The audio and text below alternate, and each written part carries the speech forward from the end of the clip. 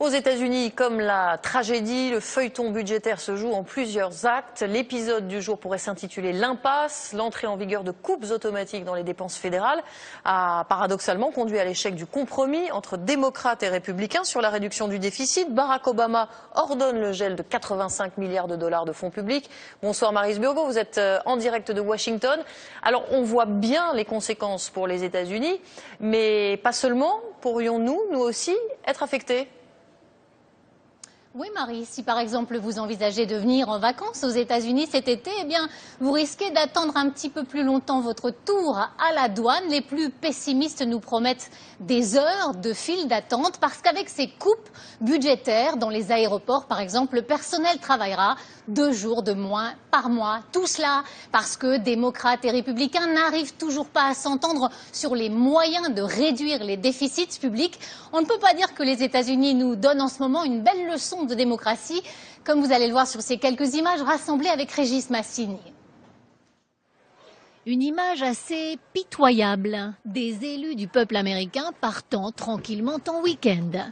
Ces représentants du Congrès n'ont même pas pris la peine de négocier jusqu'à la dernière minute. Ils sont partis bien avant minuit, bien avant l'heure fatidique. Ça ne sert à rien de rester puisqu'on ne trouvera jamais d'accord sur ce budget. Faute d'accord, le couperet est donc tombé. Les crédits fédéraux sont amputés de 65 milliards d'euros. C'est l'équivalent du budget annuel du ministère français de l'Éducation. Ces coupes aveugles affectent la défense et les services publics. Les effets ne sont pas immédiats, mais dans ce laboratoire de recherche, par exemple, ces coupes auront de lourdes conséquences. Notre ligne de recherche sur les conséquences de la vieillesse sera supprimée. Et on n'est pas les seuls concernés. Il y a des centaines de scientifiques qui sont dans le même cas que nous. Ces coupes vont affecter les écoles, les prisons, les hôpitaux et par ricochet une partie du secteur privé. Cette entreprise fabrique des pièces détachées pour la marine nationale américaine. Et puisqu'à l'avenir, moins de navires seront construits, les 36 employés de cette PME seront au chômage technique. Je suis très inquiète pour leur travail. Je pense que 25 à 50% de notre personnel est menacé.